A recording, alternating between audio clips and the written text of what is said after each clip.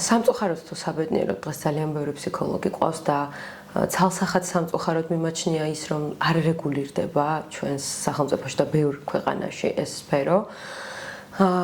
თუმცა ძალიან კარგია, რომ ადამიანებს სურთ ამ მიმართულებით ცვლა, ძალიან კარგია, რომ ცნობიერება ადამიანებისა მაღლდება და მე მივესალმები იმას, რომ ყავს ბევრი კოუჩი, ფსიქოლოგი, ფსიქოთერაპევტი და ამ შემდეგ ძალიან ბევრი მიმართულებით, თუმცა ძალიან საზიანოა, როდესაც ნახევრად ნასწავლი, ასე ვთქვათ, ადამიანს არასწორ მიმართულებას აძლევს.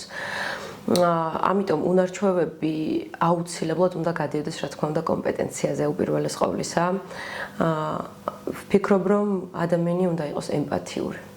თუ კი არ აქვს თანაგრძნობის უნარი, სხვისი ემოციების წაკითხვის უნარი, ამ შემთხვევაში ფსიქოლოგი ვერ იქნება.